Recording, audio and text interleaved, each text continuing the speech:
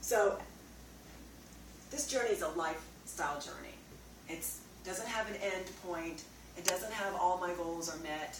It's just continuing as my life continues. So fast forward to October 2012, and I ran my first marathon.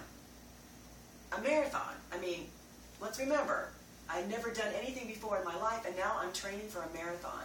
And it was fabulous. Every training session, every step of the way, and crossing that finish line was like an unbelievable moment.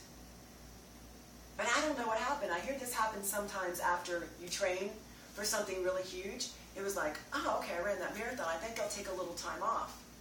Well, suddenly it was 2 months and 3 months, and I'm still teaching my classes. Don't get me wrong. I'm teaching them.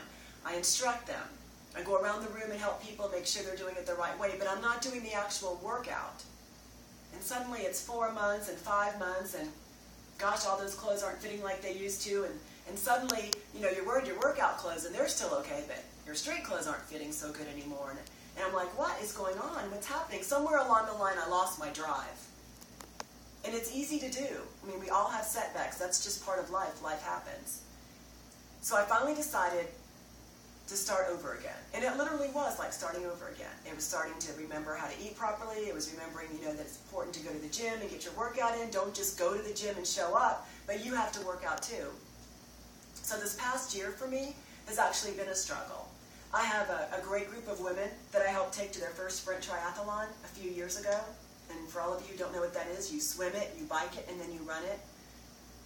And we all had such a great time training together and completing the race. I tell you, when you cross your finish line, no matter what your race is, it's the best feeling ever. I call it a smiling from the inside moment. It's fabulous.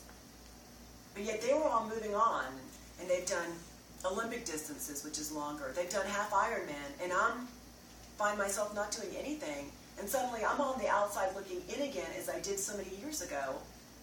And it's like, where do you get that drive back? Where do you get that oomph to start over? Because you already know where you've been. So how do you get to that point where you want to come back? And I just really gave myself forgiveness almost and realized there's a lesson in every part of our journey along the way, and there's a purpose for it. So it gave me a chance to perhaps reflect a little bit on everything that I've transpired and done in the last 6 years. It gave me a chance to really get excited about my own company that I wanted to bring to help others live a fit and healthy life. And it gave me a chance to realize that you don't have to go to the gym every day. You don't have to put that pressure on yourself every day. You don't have to be so driven where it becomes an obsession every day. But you can relax and enjoy the journey again. And I think that's what's different this time around for me. So I don't know my starting numbers. I don't know what number on the scale would make me happy and I would feel like I'm finished, because I'm never going to be finished. What I want to do is just try to be the best I can be every day. And that's the gift that I try to bring others. When I first meet somebody for the first time and I start talking to them and sharing my story, and in turn hoping to inspire and have them start their story, I always tell them, I know exactly what it is that you want. And they'll be like, but Lisa, how can you know that?